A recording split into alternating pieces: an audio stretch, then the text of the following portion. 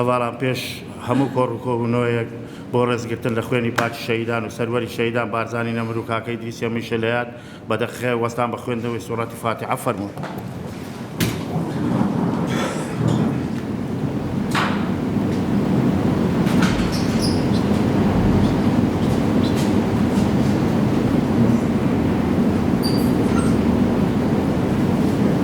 زۆر سوپاس سەروەری بۆ شەهیدان.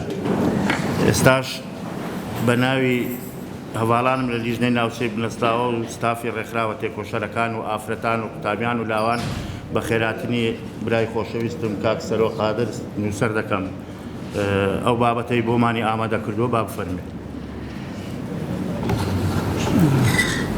زۆر سپاس بۆ جەنابێت. هەروەها سپاس بۆ مامۆستا حەیدەر و لیژنەی ناوچەی بنەسلاوە و سڵاوی گەرمم لەو هاوینە گەرمەش بۆ ئێوەی بەڕێز کە ئەڕۆ لێرە ناوە بە تەماین هەمومان بەیەکەوە لەسەر مەوزوعێکی کە پێم وایە بە سوودە قسە بکەین بۆ من جێی خۆشحاڵیە. خوشکە برایانی بەڕێز لە ئەو قۆناغەی ژیانماندا ئێمە هەمومان لە قۆناغێکدا ژین کە گۆڕانکاری زۆر جددی وا ڕوئەدەن نەک بەڕێوەن.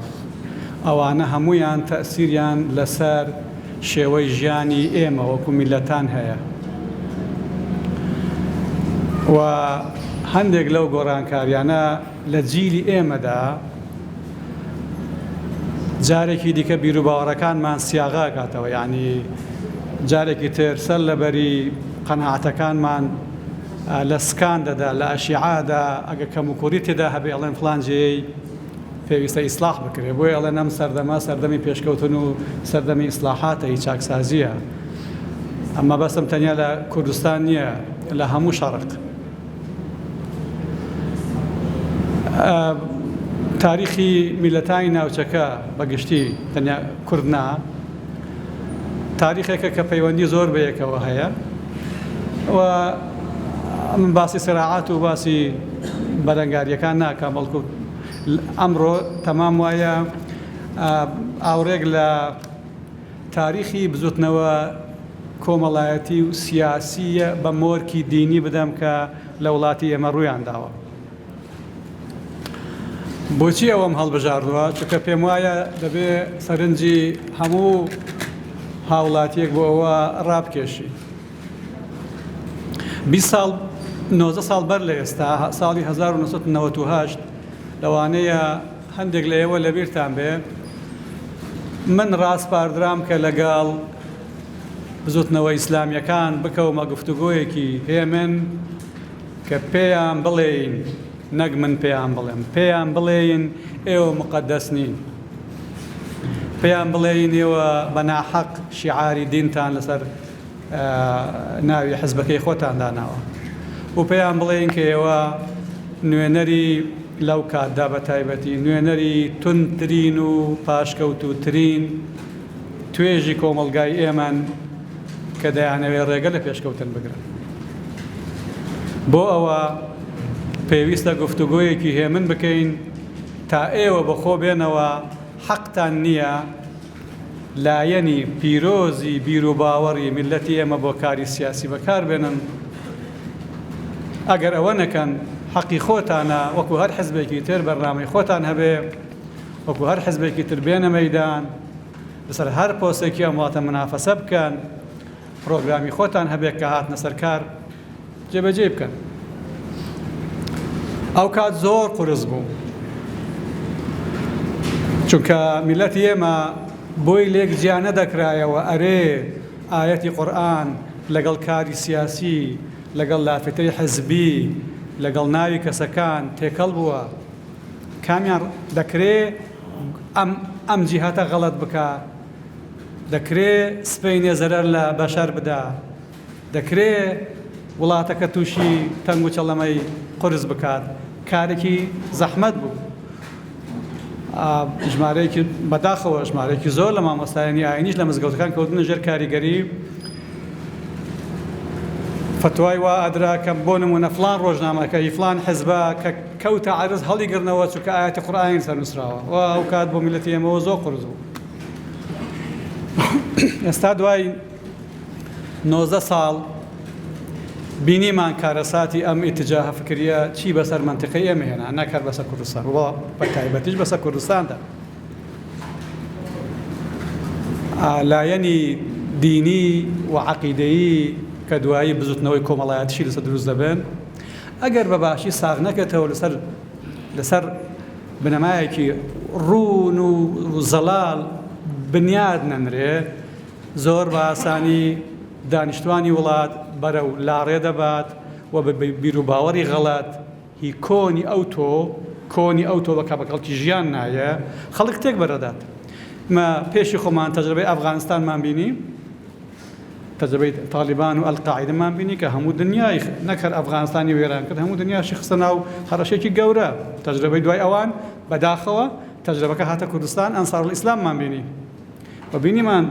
لە منتیقەی هەورامان و هەندێکی سلێمانی چکارەساتی چاکرد کە هەر ئەنسار ئیسلام بۆ خۆیان بوونە قاعیدە بۆ دروستبوونی دەوڵەتی ئیسلامی عێراق ئەو کاتەی زەرقاوی بەڕێوەی دەبرد. لە بیرمانە لە دەرەوەی کوردستان چ کوشت و کوشتارێک و تەقینەوەیەک لە بەغدا و شارەکانی عێراق بوون هەمومان لەگەڵی ژیاین. قۆناغی دووەمی ئەوە هەر ئەوانە بوون کە تەبدیل بوون بە داعش و داعش زەربەی یەکەمی لە کوردستاندا لە میلەتی کورددا و لە پێکاتەکانی کوردستاندا دوای لە دەوروبەری ئێمە. بەو ڕوانگایەیە کە ئێستا ئەوانە تێپەڕین کە ئێستا کەڵێن داعش دەڵێن ئەنسار ئیسلام دەڵێن تالیبان دەڵێن توندڕۆی هەر موسڵمانێکی مومن دەڵێ ئەمانە لە دەرەوەی دینن و پەیوەندی بە بیر و باوەڕی منەوە نییە و بەشێکی زۆریش نەک بەشی هەموو ئەوانەی کەوا بوونە قوربانی و کوژران کە سوکاری ئەو مومنانە بوونە کەواتە داغەکەی بە جەرگی هی دانیشتوانی وڵاتی ئێمەوەنا کە ئەو بیر و باوەڕی تاریخی ئەوانە. بەڵام لە پاڵ ئەوەشدا طبعاً ئیشارە بە یەک تریش دەکەم لەم زەمانەدا گۆڕانکاریەکە تەنیا لە کوردستان نییە کە دەست پێ دەکات تێکڕای دنیا هاوپەیمانییان بەست و بە شانازیەوە کوردستان بەشێکی کاریگەر و چالاکی و هاوپەیمانە نێودەوڵەتیە بوو کە دەبێت ئەم توندوتیژیە و ئەو بیر و باوەڕەی کە ئەم توندوتیژەی دروست کردووە تێک بەهاڕێ هیچ ڕێگەی نییە مادام بە داعش دێنە پێشێ بە توندوتیژیە بێ بە توندوتیژیش پاڵ پێوە بدرەوە ئەم حرەکایە لە شەرقی ئەوسەر لەسەر دەستی بەهێزی کوردان و بە هاوکاری هاوپەیمانەکانیان عملیان کۆتایی هاتوان بە بیر و باوەڕ دەبێت نەڵێن کۆتایی هاتووە. ئێستا گۆڕانکاریکی یەکجا زۆر لە عالەمی ئیسلامی دەستی پێکردووە ئێمە کەمتر لە دە ساڵی تر گۆڕانکاریەکە زۆر بە وازەحتر دەبینین بەڵام بە فەزلی سۆسیال میدیا و ڕاگەیاندنی بەهێز ئێوە ئەبینن لە سەرزەمینی مقەدەسی ئیسلام لە سعودیەدا وڵاتی مەکە و مەدینە و وڵاتی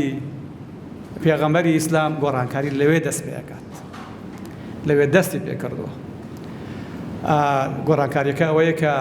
مەدەنیەت یەکێک لە خواستەکانی بەشەرە ئینسان ناتوانێت پێشکەوێ ئەگەر لە مەدەنیەت بوەستی سەرنجام بەرەنگاری دەبیەوە هیچ ڕێدیکە نییە چونکە کەوەستای دەبێت مبەرر هەبێت کە مبەرر هەبوو ئایدۆلۆژیایەکیان بیر و باوەڕێکی تون دروست دەکەی بۆ بەرەنگار بوونەوەی بۆیە ئێستا من کە ئەو قسانە ئەکەم لەوە دەرچووە تەنیامە لە کوردستان مناقەشاکەین یان نا تێکڕای ناوچەکە لە قۆناغێکی نوێدایە هەر ئێستا ئەگەر متابعە بکەن هەر ئەو مفتیانەی کەوە فتوا بۆ هەموو عالەمی ئیسلامی دەدەن هەر ئەو مفتیانە ڕێگە دەدەن کە لە سعودیە گۆڕانکاریە سەریعە ڕووبدا و سەرنجام دەبێ هەر بۆ سعودیەش نییە بۆ هەموو عالەمی ئیسلامیە. ئەوە بەڵگە و حجەتی ئینسانی شارستانی مەدەنی کە بە چاوی کراوە بە پشتیوانی علم بە باوەڕبوون بە توانای خۆی و میلەتی خۆی من لەبەر بیناکردنێکی ژیانێکی جوان دەنێ ژیانێک کە لە ڕۆژانەدا ژیانی هاوڵاتیان خۆش بکە. ئینسان کە ژیانی خۆش بێت دەرفەتی کۆکردنەوەی علمی دەبێت باشتر لە دنیا دەگات بەهێزتر دەبێت ئەنجاوکات بەشدار دەبێت لە بژارکردنی بیر و باوەڕی هی ناباب کە بە ملیاندا داوە یان لەبەر پاشکەوتنی تاریخی نەیزانیوە بەڵام ئێستا هەموو دەرفەتێک هەیە بۆ ئەوەی کە بیزانین و بیگۆڕین و ژیانێکی باش بۆ وڵاتی خۆمان دروستکەین ژیانی باش تەنیا نان و دۆ نییە ژیانی باش مستەوای بەرزی علمیە لەکوێ علم هەبێ لەوێ خورافات نامێنێ عەکسیەک مستەوای باشی علم تەکنۆلۆژیای باش سەنعەتی باش لەگەڵ خۆی دێنێ لەکوێ سەنعەت هەبێ کاری دەستی و شەکەتی و ماندووبوون و دامانی ئینسان کۆتایی پێدێ ئینسان بەهێز دەبێ ئاواتەکانی ئینسان تحقیق بن هەدەفەکانی دێنە دی ئێمە دەبێت چاومان لەو ئاسۆیە بێ کە لە هەموو عالەمی ئیسلامی دەستی پێ کردووە ئێمە قودرەتێکی باشمان هەیە میلەتە بەهێزەکەین لەو پرۆسەیەدا دەبێ منافەسە بکەین پێشی میلەتانی تر بگەینە ئەو ئاستە لە شارستانیەت کە ئیستقرارێکی باش بۆ میلەتی ئێمە دێنێ شیعاری حکوومەتی بەهێز ئەوەیە شیعاری حکوومەتی بەهێز ئەوەیە و هیچی تر نییە بۆ ئەوەی کە بزانین ئێمە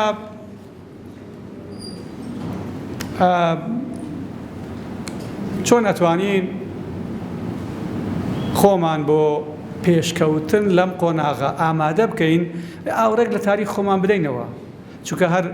لە پڕێکە دەست پێ بکەین ئێمە هیچ لە تاریخ خۆمان نازانین بەڵام هەندێک بیر و باوەڕ هەنە لەگەڵیان دەکەوینە کێشە لە ناو خۆماندانە لە ناو مێشکماندانە لە دەور و بەرمانە ئەو کێشانە حەل نابن ئەگەر پرۆژکتۆریان نەخەینە سەرێت تاریخیان نەبینین و بزانین چۆن دروست بوون تەرکیزی من لەسەر ئەوەیە بزوتنەوەی کۆمەڵایەتی و سیاسی بارزان چۆن دروست بوو بەر لە 100 و شتێک ساڵ بەر لە ئێستا چۆن توانی سەرنجام ببێتە بیر و باوەڕی بزوتنەوەی ڕزگاری خوازی کوردستان بنەماکانی چین لەسەر ئەرزی واقع لەم 100 ساڵە چی ڕووی داوە و قووەتی ئەوەی کە پێی دەگوتە بیر و باوەڕی بارزانی تعبیرەکرێ بە ڕێبازی بارزانی معنای چییە لەکوێوە دێ دوور لە سیاست لەو لایەدانن هەتا لەم مناقەشەمدا پارتی دیموکراتی کوردستان لەو لایەدانن حزبێکی سیاسیە هەمومان پشتیوانین و لەگەڵی داین و سەرکەوتنی بۆ دەخوازین مەسەلەیەکی دیکە ئەم بیر و باوەڕی هەموو میلەتی ئێمەیە ئەم بیر و باوەڕە دەبێ وەکو بیر و باوەڕە بەهێزەکانی دنیا کە بەناودارن یەکێک لە بیر و باوەڕەکانی بەشەریەت ئیشارەی پێ بکرێ نیشانەی هێز و قووەتی میلەتانە کە ئەتوانن بە واقعی بیر بکەنەوە هەنگاو بەرەو پێشەوە باوێن بەر لە 1400 ساڵ تەغیراتێکی گەورە لەم منتیقە بەرفراوانە دروست بوو دینی ئیسلام دروست بوو و فتوحات دەستی پێکرد پێشی هەندێ ئێمە ئەوەی کە پێی دەگوترێت کوردستان بەشێک بۆ لە ئیمپراتۆریای ساسانی زۆر بە خێرایی مەبەستم تاریخ گێڕانەوە نییە ئیمپراتۆریای ساسانی ئیمپراتۆریەکی گەورە میلەتی زۆری تیا بوون سەقافەتی زۆری تیا بەڵام سەقافەیەکی عام فەرهەنگێکی عام هی هەمویان بوو کە زۆربەی هەرە زۆری دانیشتوانی ئەو ئیمپراتۆرەتە پەیڕەوی دینێک بوون پێی دەوترا دینی زەرتۆشت دینێکی ئارام من لە ئەنگری ژیانەوە دروستکردنی هیچ دینێک نیمە حەزەکەم بزان بەڵام ئەمە تاریخیە دینێکی ئارام لەو کاتدا کە بەقەدەر توانایی قەبایلی ئاریایی بوو بۆ ئەوەی تعبیر لە خۆیان بکەن لە ژیان بکەن و ڕێ و ڕسمی تایبەتی خۆشیان هەبوو بنەماکانی ئەو کاتی بیر و باوەڕی پێشی زەردەشتیش لە قەبایلی ئاریادا کە ئەجدادی یەکەمی ئێمە ناوە بوو کە جۆرێک لە پەرستنی خوددا هەبوو پێیان دەگوو مەزدەیەسنا پێی ئەو زمانانێکە لەو کاتەوە هەبوون دوای ئەمە تەتەوەری کرد بۆ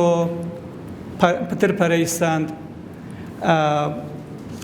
بۆ قۆناغێکی نوێ کە پێیان دەگوت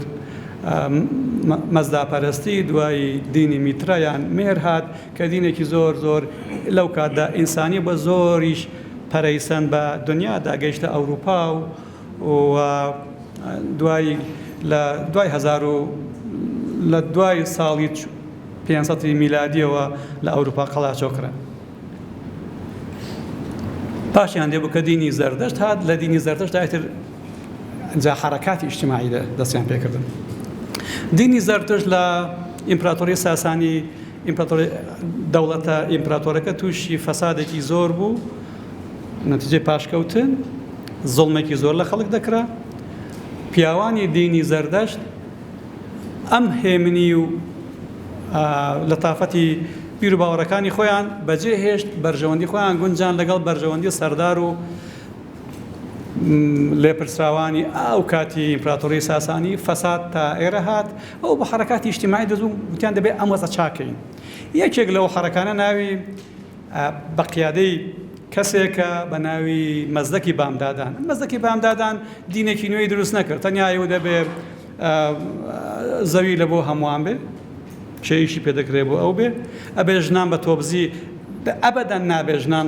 ڕاکێشن بۆ حرەم سەراکان، چونکە ئەو کات هەر سەردارێک بۆی هەبوو باش هەر ژنێکی بە کەیفی بێ لە شوێنێک کۆیان دەکردنەوە پێیان دەوتن حرەم سەرا و یەک کەس بن. ئەوە مابوو هەتا ئیمپراتۆری هەتا سوڵتانەکانی عوسمانیش هەروەیان دەکرد، قاجاریەکانیش هەروەیان دەکرد.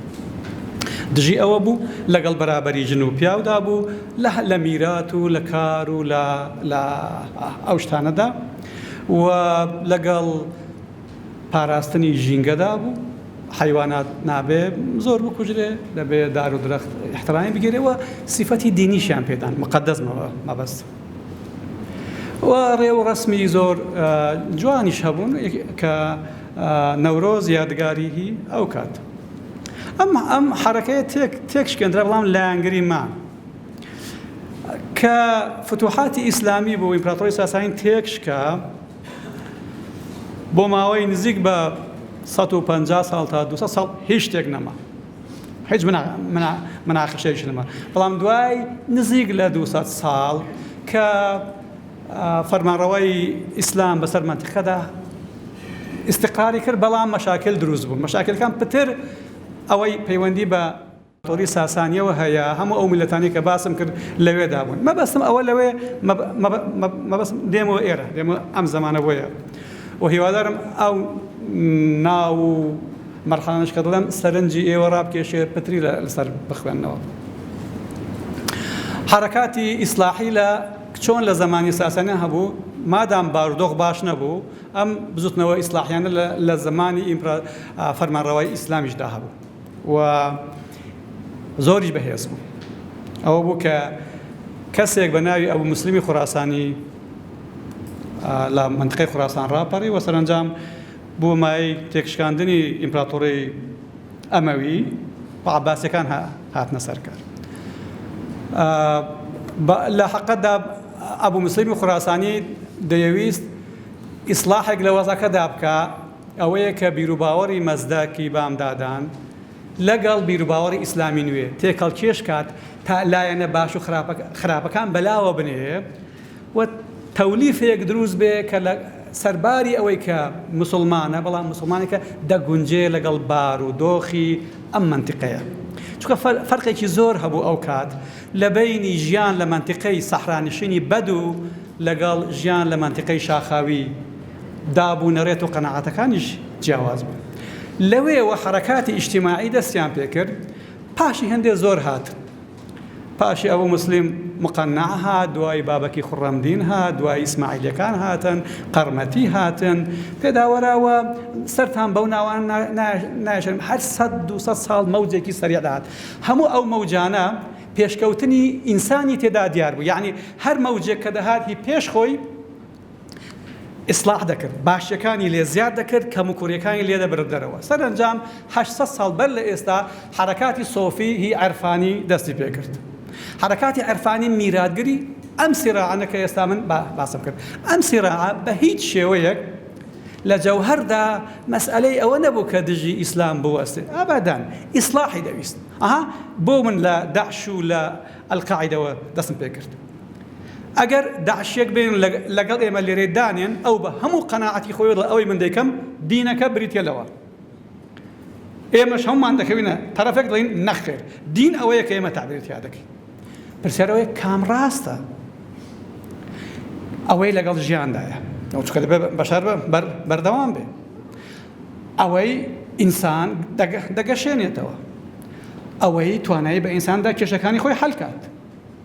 و ئەوەی کەوا کەرامەتی ئینسان دەپارێزێت. ئەم مەوجانە بەردەوام بوون تاوەکو 200 ساڵ بەر لە ئێستا، ڕێک لە سەرەتای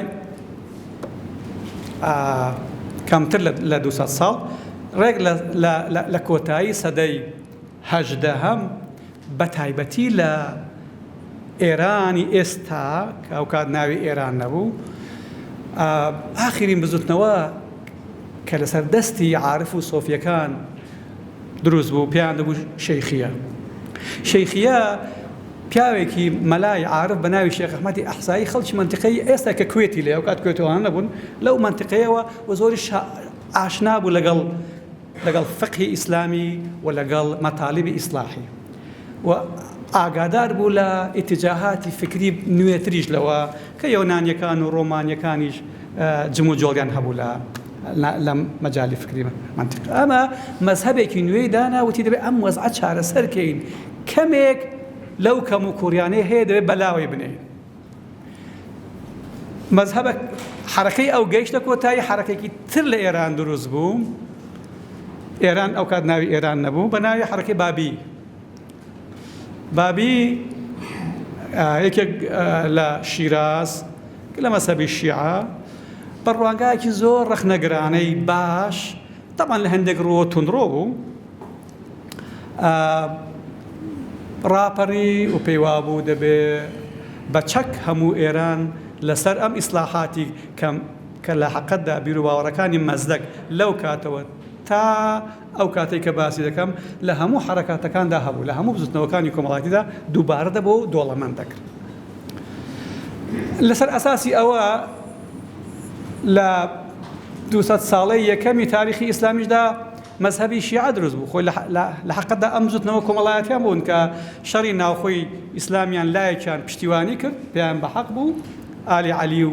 بنەماڵی پێغەمبەر، و سەرنجام مەزهەبی شیعەی لێ دروست بوو کە زۆربەی بیر و باوەڕەکان بیر و باوەڕی کۆنی منتیقەی ساسانین، هەر بۆیەش لە عالەمی عەرەبی ئیسلامی دەڵێن ڕەدەیە، دەڵێن بدعەیە، دەڵێن قبوڵی ناکەین. ئەوە ئێستاش شەڕێکی گەورە لە بینی شیعە و سوننە لەنجێ ئەم تاریخەدا هەیە. کەواتە تاریخی منتیقەی ئێمە تاریخکە بە ئاسانی نەگەیشتە ئێرە، مناقەشە هەر هەبووە، بەڵام ئەو کەسەی مناقەشە دەکات دەبێت شتێکی نوێی حەقی پێبێ. حەق بریتیە لەوەی کە ڕاستە، کە من توانم تعریفی ئەم قەڵەمە بکەم و بڵێم بەکەڵکی چی دێ، حەقەتەکە لەوێن دەردا، ئەوەش نسبیە چون کەس پێی نێشتی لەوە باشتریش دێتە مەیدانێ. و هەدەفی دین و هەدەفی بزوتنەوە کۆمەڵایەتیەکان، هەدەفی ئەحزاب ئەوەیە کە ئینسان تەنزیم کا بەرەو چاوی کراوە زانایی زیاتر، هێزی زیاتر و ژیانێکی مستەقرتر.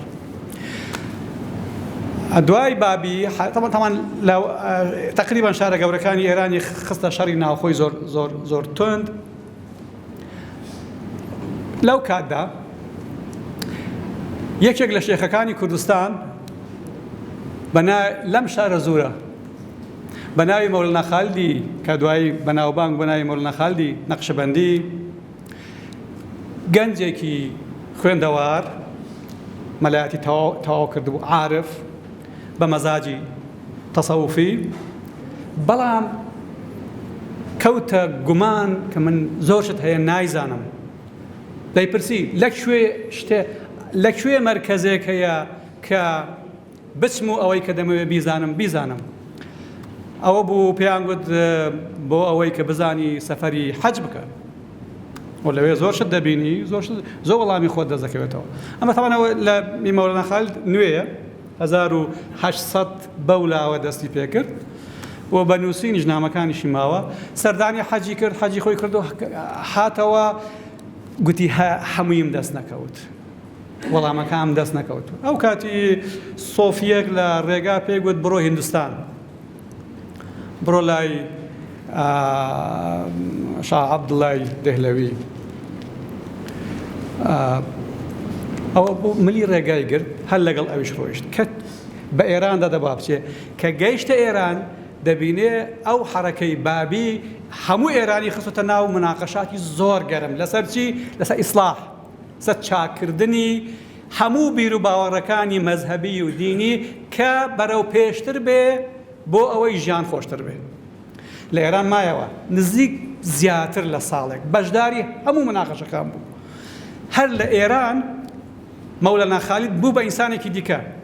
زانیاری زۆر بوو، ئەم بزوتنەوە بە هێزەی لەوێ بینی، بەڵام تەئیدی هەمووی نەدەکرد. زۆر شارگەڕا لە ئێران کە من ئێستا وەختەکەی ئەوە نییە، دوایی ملی هیندستانی کرد، چوو ساڵی ئەخیری ژیانی دێهلەویش بوو، بەناوبانگەکە لەوێ هەموو ئیجازەکانی تەریقەت و تەسەوفی وەرگرت و تەرکیزی لەسەر نەقشەبەندی کرد و گەڕایەوە سلێمانی. وجودی وی لە سلێمانی و لە منتیقەی کەرکووک تا بەغدا بوو بەمای ئەوەی کە بزوتنەوەیەک دروست بکە لەو شێخانەی کە تازە دروستیان دەکا بەو بیر و باوەڕێکە هێناوەتیەوە، بیر و باوەڕێکی ڕەخنەگری ئیسلاحی کە بێلایەن نییە، بەڵکو هەموو کوڕیەکانی ژیان دەخاتە بنچاو، بیری لێ دەکاتەوە و هەوڵدا باشی بکات و جەوهەری ئیتیجاهی مەولەنا خالیدەوە بکە دەبێت ژیان ئاسان بکرێ، دەبێت هەوڵ دەین لە خوڕافات و نەزانی کەمێک دوورکەوینەوە. ئەوە بووکە مەوجی نوێی نەقشبەندی لە کوردستان بڵاو کردەوە، لە هەورامان، لە سلێمانی، لە منتیقەی چوارتا، لە کەرکووک، لە بەغدا، تەمان دوایی بارزانە، ئەنجا دوایی نەهریە و دەگەڕا لە ماوەی لە دوای پەلی هاویشتە تا لە بۆ دەرەوەی کوردستانیش. لەو کاتدا لە سلێمانی ساڵەکانی ئەخیری ئیمارەتی بابان بوو، محمود پاشای بابان جاریەکەم زۆر پشتیوانی مەولەنا بوو، بەڵام شێخ مارفی نۆدێ کە شێخێکی بەهێز لە منتیقەی سلێمانی دەکاتە باپیرە گەوری شێخ محمودی گەورە حەفید، لە پڕێکە خلافی لەگەڵ پەیدا کرد و پێوت ئەمە کافرە، تیمە کافرە و ڕەدەیە و فتوای کوشتنیدا. کە فتوای کوشتنیدا یەکێک لە شێخەکانی گەنجی پەیڕەوی خۆی بان کرد بە ناوی شێخ ئەحمەدی سەردار، خەڵکی سەرگەڵوو وتی بڕۆ لەناو نوێژی جەماعەت بیکوژە. شێخ ئەحمەد چوو بیکوژێ، بەڵام کە بەرامبەر یەک بوونەوە بە حیوارێکی زۆر کەم چەکی خۆی دانا، تفەنگی بەبوو داینە و دەستی مەولەنا خالیدی ماچ کرد، جاوتی ئەم بیر و باوەڕە ئەبێ من بیپارێزم، من پشتیوانی دەکەم، کوشتنی تێیان نییە، و لەگە خۆی هێنایە سەرگەڵوو. دوایی ئەم جەولانەی کەوە تەریقەتەکانی لێ دروست بوو. مەبەستم دوایی مەولەنا خالید لە مەشاکلی زۆردا کوردستانی بەجێهێشت و چوە دیمەشق و لەوێش پارساڵێک کۆچی دوای کرد، ئێستا مەرقەدی لەوەیە، لەوەش پاس دەین. دوای نزیک بە 18 ساڵ ئەم بزوتنەوەی کە لە ئێران و دەوروبەردا هەبوو بەردەوام بوو، دەوڵەتی قاجاری دووەمین قائیدی بزوتنەوەی بابی کە پێیان دەگوت بەهاءوڵڵا گرتی لەبەر کە سوکارەکەی نەیکوشت،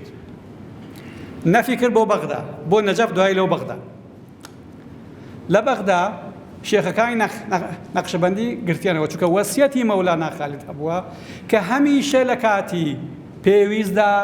لەگەڵ بابیەکان و شەیخەکاندا دەبێ پشتیوانیتان هەبێ. بەهاوڵان هێنایە سلێمانی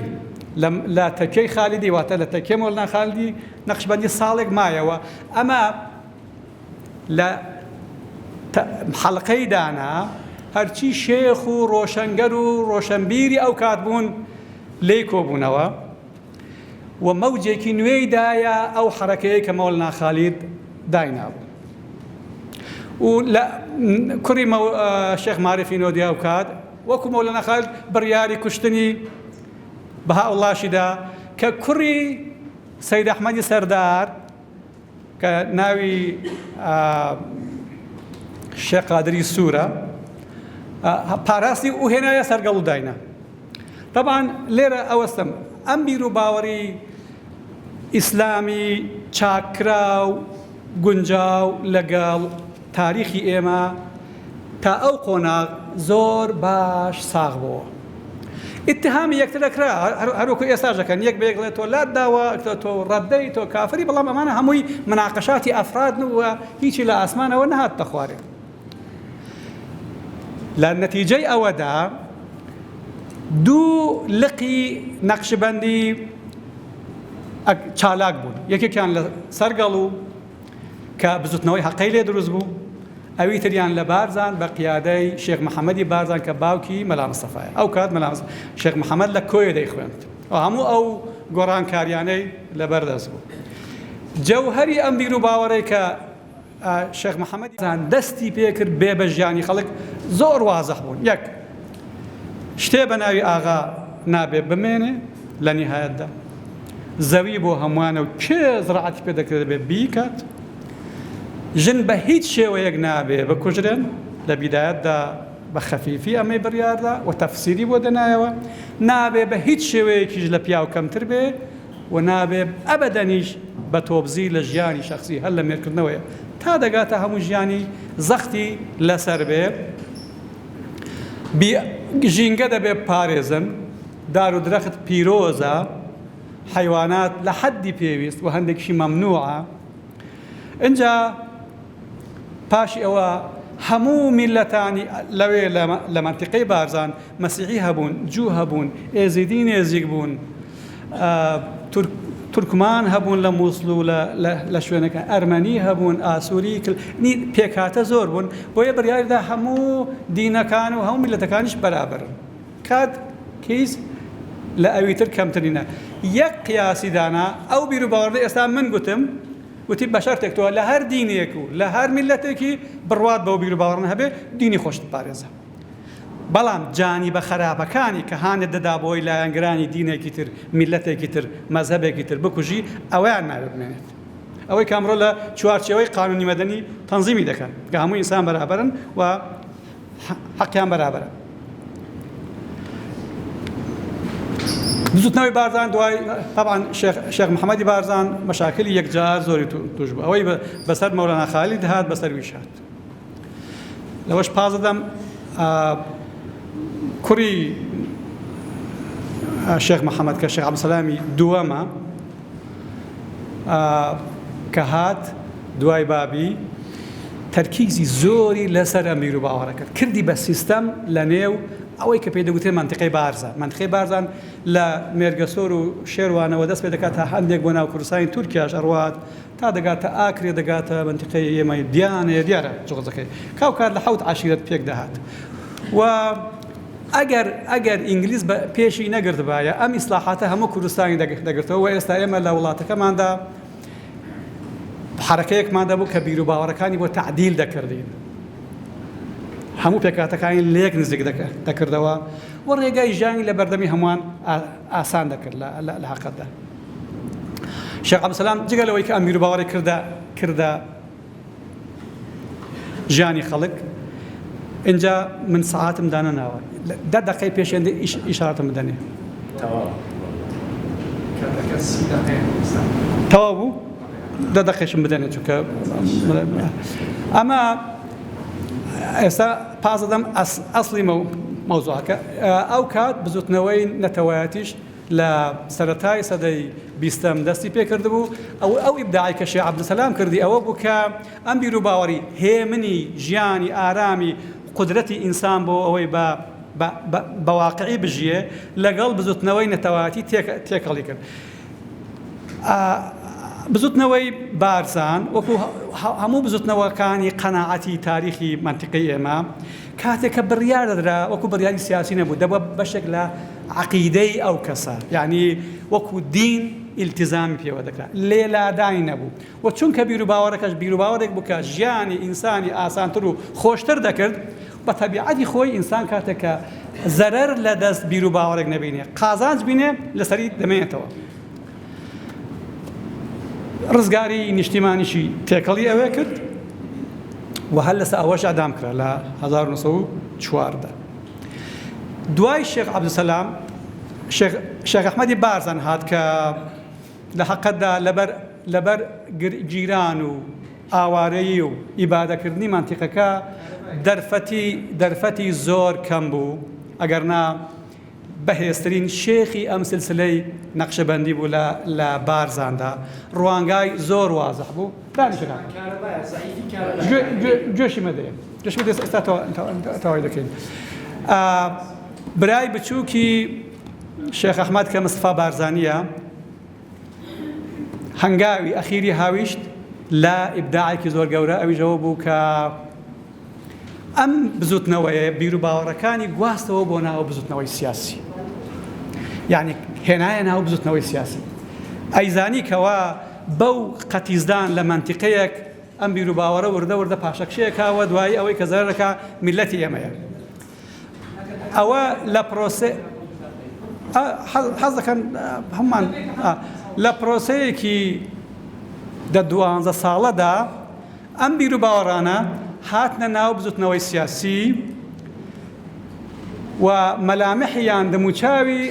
ئەو بیر و باوەڕانە لە دوای 1950 کە گەڕایەوە لە شۆڕشی ئەیلولدا دەرکەوتن ئەگە ئێوە ئەوانەی کە تۆ لە بیرت بێەوە وەکوانە ئەوانەی کە لە بیریانە یان ئەوانەی کە بیستویانە مەلا مستەفا لەگەڵ دروستکردنی شۆڕشی ئەیلۆل ئیسلاحاتی ئیجتیماعیشی دەکرد مەلاکانی کوردستانی یەکێتی زەنانی بۆ دروستکردن جا پێیوتن وەرن هەرچی ئەحکامی بەناو شەریعەت و لە دژی ئینسانە دەبێت هەڵی پەسێرن و پێشم بڵێن لەکوێ خلافەت تا بە قسەتان بکەم مەلا مستەفا لە ماوەی 14 ساڵدا ئیسلاحاتێکی زۆری کرد سەرباری ئەوەی لە هەموو کوردستان حاکم نەبوو ئەمە چەسپا بە ناوی ڕێبازی بارزانی لە سیاسەتدا کە پارتی دیموکراتی کوردستان خۆی پێوە ملزەم کردووە و تا ئێستاش هەوڵی داوە بیپارێزێ و پێشی خا بەڵام هەر کەسێک لەم وڵاتە لە هەر حزبێک یان بێ حزبیش بێ بیر و باوەڕی مەلا مستەفا بەشێکە لە توراسی میلی بەشێکە نەک بەشێکە بنەمای فکری سیاسی ئیسلاحگەری ئارامی ئێمەیە دەبێت ئیلتزامی پێ بکەین و قووەت لەوەدایە ئەوەی کە دڵێن ڕێبازی مستەفا بارزانیان ڕێبازی بارزانی شکست ناهێنێ لەوانەیە حزب شکست بێنێ لەوانەیە کەسێک قائیدێک تووشی هەڵە بێ شکست بێنێ بەڵام چونکە ئەم بیر و باوەڕە ئەم تاریخە دوور درێژەیە کە عەرزم کردن و تەجربە کراوە لە حیاتی میلەتی ئێمە و میلەتانی تردا پاشەکشەی تیانە بەرەو پێشەوەیە و بیر و باوەڕێکی کراوەشە بەسەر پێشکەوتنی علمی و بەسەر ئیسلاحاتی ئیجتیماعیدا هەر ئەوەشە کاتێک کە داعش هات تەنیا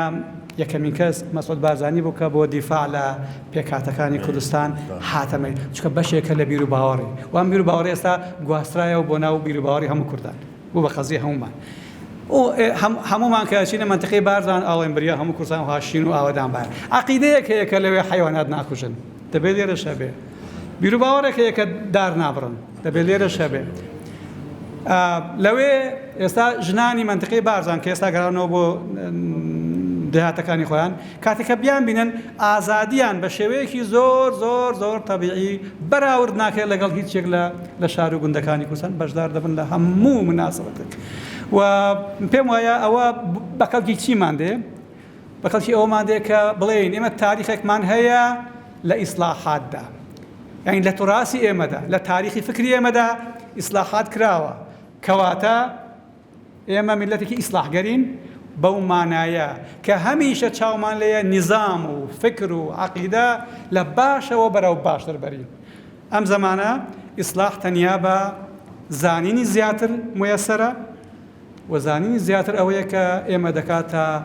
دەوڵەتێکی بەهێز بە علمێکی زۆر بە تەکنۆلۆژیایەکی بەهێز گەرمایە ئازانم هەمووتان بە پەلەکەوتن منیش هەروە هیوادارم سەرەتایەکم کرد بێتەوە بۆ هەریەک لە ئێوە ئەگەر ملیش بوو بێ من نەهاتمە ناو شیعاراتی سیاسی چووکە و یان ئاسانە هیوادارم سەرنجستان ڕاکێشا بێ کتێب بێ بەحث بێ لە یوتیوب بێ لە هەر کوێ بێ لەسەری بخوێنەوە گوێ بگرن هەر یەکش لە ئێوە ئەم باسە مەبتورە قەتعکراوە تەواو نەکراوەی منی بەلاوە گرنگ بوو تەلەفۆن و موقعی من لە فەیسبوک و لە تویتەر و لە شتەکانی دیکەش لە یوتیوب هەیە یەک پەیام بنێرن تا کەلیمەی ئەخیری لەگەڵتان دەڕۆم زۆر سوپاسان دەکەم و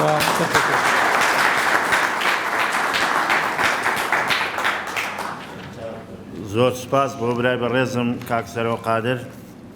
هیوادارین سوودمان لە وتەکانی وەرگردبێ و ئیستفادەشمان لێ کردبی ئێستاژەوی هەر هەواڵێک پرسیارەکێ بەز لە چارچێوەی بابەتەکە بیت ئەگەر تەحملی گەرما دەکەن ئەگەر ناشکەن کەیف خۆتانە زۆر هەواڵان پاشانیش کەس نەڕواتن هەواڵ مامۆستا عەیدەر هەندە قسەی هەیە لە بۆمان بکاتن و بزانین چی دەفەرمێت جەنابی سوپاسی دەکەن بەس لێرەوەش دەمەوێ ئەگەر ڕوخسەتم بدەن یەکێک پێی وایە پرسیارێک هەیە من دەمێنمەوە من گەرمام نییە پرسیارەکە زۆر سپاس کاک سەرۆ دەم خۆش سپاس بۆ ئامادەبوون بۆ مادەبوون لەو کاتە بێمە بەخشیت داوای بەخشین دەکەین ئەگەر هۆڵەکەی گەرمان بار بۆ هەواڵانیشەوە ڕۆم بێ ئێمە لەسەر باسمان کردو فیتەری کارەبامانێ کارەبای عام نیە ئێستا سپلیتەکان هەڵناسێن ئیبیرەکانە داوای بەخشین مشکلی عامە کاکە هەموو ماڵەت لە ماڵ گەڕەکان وا دەژین ئەو شۆڕشەی کە باس کراوین بە سەرما و بە گەرما تاوەی وەژە و سەعاتە بەکری دەگرین کەس پرسیاری نییە فەرموو کاک زیاد زۆر سپاس دەستخۆشی لە کاک سەرۆ قادر دەکەم بەڕاستی تازە گەیشتنە بابەتەکانی کە دەمانویست بەڵام کات مەزانیان نەما بەڵام هەر سەرەتا ئەمەریکا باسیۆمان کرد مەبەست هەیە مەبەستەکەش تازە گەیشتن مەبەستەکەی بەڵام کات مەزانیان نابێت مەبەستەکان ڕوو بێتەوە زۆر سپاس دەکەین دەستخۆشی لێ دەکەین بەڕاستی ئەو بناغی کە دروست بۆ لەوێ بە بەدوانی هێن بەرنامەکە ئیشارەت بناغەکەیدا زۆر سپاس دەستخۆشی نارێشتن لە خزمەتی دادەم شێتکە کەسکە پرسیاری نییە مامۆستا بەختیار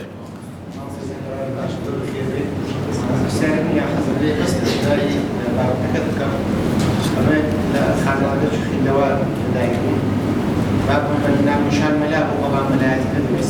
خديش كعينا صار يصير وشش كخرجي كده مسج كان لما تيجي كده نعمة أزهر هل لو كانت يوم موازي لما لاقينا بلا بحب الملاك من أول روسكي بري ودبرت طبعا هالجيز ندت وريزي أو من بابين ملاك دوانزا أنا بخلفي إيرش ملا ولا كم بلا بابني عشتي كردزيا في رجمانيا كردس ملا صعدي سروشاي قلالي أو أمن دم بس كم بس بعد بخون بس كسيج خوينوار لكردستان كزكي جواد بون صار بالإستان غوطار وأيش بعد زكي نواد صار بالسابق وشش بشتري بملاك هاي بلام قتل لقى قوينا كوينا لسه حسابي كومنوي دن يعني كومن خلق بقى كوي بدا بستبيش يان تقيس كردني زلوبريك يان تقيس كردني جيورا يان خلق كردني بريك لسه حسابي خلق وقت جناب الأمجد بقى توخلق يعني كأسل وشو يرزاق يعني الأسل فلسطين ومشوف ولي لسه كواب سيديش أوش كان هذا كان موقع بدو سياحة يعني كل فكانة ولا لا تقييد لأن تنبيش بلام بدو زاد السون بدو زاد السون هم أو كل من دانا بس كذا كانوا يعملوا بلا دهم سنة كيانا قرينا سباس کەسکە پرسیاری نییە کاک دڵشاد مامۆستاجیان خۆشحاڵم بە بینینە دەمێکەنە کە هاوڕێکی خۆشەویستیژین ئەوەی من لە پەیامەکەی بەڕێستان گەیشتم ئەو دوور و درێژە لە کۆتاییەکە پەیامەکە سەدان سەد گەیشت کە ڕێباسی بارزانی لەکوێوە هاتووە و چی هاتووە بەڕاستی دەست خۆش بێ من بەش بە حاڵی خۆم لە هەدەفی پەیامەکەت گەیشتم هەرچەند کورد بوو بەڵام لە دوور و درێژێک بەسوودتر بوو ئەم کۆتاییەکەی گرنگ کۆتاییەکەشی تێگەشتی دەستەکانە خۆش تاریخێکی ئەوەی من باس کرد تاریخە یعنی ڕێی شەخسی نییە بەڵام هەم تەماشام کرد ئەوە ئەگەر مەجالێکی دیکە باە زۆر بە شێوەیەشتر قسان دەکەم بەس دەبواە یەک سادەی کەمەوە هەمومان باش حاڵی بین ئیلتیباس دروست نەبێ دوایی ئەمە مەبەسم ئەوە ئەو یەک ئەوەیە کەوە تراسی میلەتی ئێمە دوو ئێمە میلەتێکین تاریخمان لەسەر ئەساسی ئیسلاحات هاتووە ئەگەر وانە بایە نەدەماین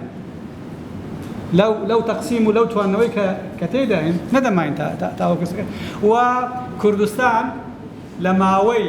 1000 ساڵی ڕابردوو مەڵبەندی گرتنەوەی هەموو ئەو شێخ و مەلا و عارفانە بووە کە لە منتەقەی خۆیان ڕاودەنران تەکفیر دەکران دەهاتن لە چیەکانی کوردستان دەگیرسانەوە بۆیەش دین لە کوردستان دینێکی ئارامە هەر مسلمانن بەڵام سەر یەکتر نابڕن چەندی مەحاوەل دەکرا داعش لێرە پەرەی نەستاند ئەنسار ئیسلام لێرە پەرەی نەستاند ئەلقاعیدە دروست دەبوون ئەمە لە 98 کە مناقەشانەمان دەکرد ڕۆژانە خەڵک دەهات دەیانگوت مەلا سەلمان ئێستاش ماوە نییە دەیانگوت لەناو بازاڕ مۆبایل لەبەردا دەرێ ئەمڕۆ لەگەڵ شێخ ئوسامە قسەم کردیە ئوسامە بن لادن ئەو کاتی خەڵک لە هەولێرەوە لەگەڵ ئوسامە بن لادنی وا خەتەرناک دایان پرسی وەڵامیان وەردەگرت لە خۆناغێکی خەتەردا بوو ئەو وەختی بابە هەر بە بیرەوەیەکی گاڵتە کۆتایی بێنم ئەوە حەرەشە گەشتە ئەوەی کە من بکەومە بەر هەدەفیە ڕۆژێک کا کەریم سەجاری هات گوتی وەزعت خراپە و دەبا ئاگان لێ مەگەنە هەڵیان دەگرتم بە کوردڵە نییە هات ئەو کاتی سیارە شتی وا زۆر سادە بوون وتی دەبێ ئاگان لە خۆ بێ لە ترافیک لایتانی کە دێت تێدەپەڕی چونکە دەنگ و باس هەیە و لێت ئەوە ناکەن لێت خۆش نابن چ بکە باشە گوتی وەڵا بە سیارەی خۆت بە خۆی بێت ئەو کات ماڵم لە مەسیفی بوو وەک خۆی بێت ئەتوش بە سواری تەکسی بەڕێی کە داوەرەکەم گەیشتە ئێرە وایە کاکەوتم وەڵڵاهی ئەو جارە جامەکانیش دەکەمەوە چ دەقەوێ با بخەوێ ئەمە مناقەشەیەکی حەق دەکەین دەبێت ئینسان باوەڕی بە میلەتی خۆی بێ کێشەیەک هەیە مناقەشەیەکەین خۆ ناین دوور باوەڕێکی دیکە ناین نەبێت پێش من خۆشحاڵم دوای 19 ساڵ چونکە حەق بوو و چونکە ئەو کاتیش پێشنیارەکە پێشنیاری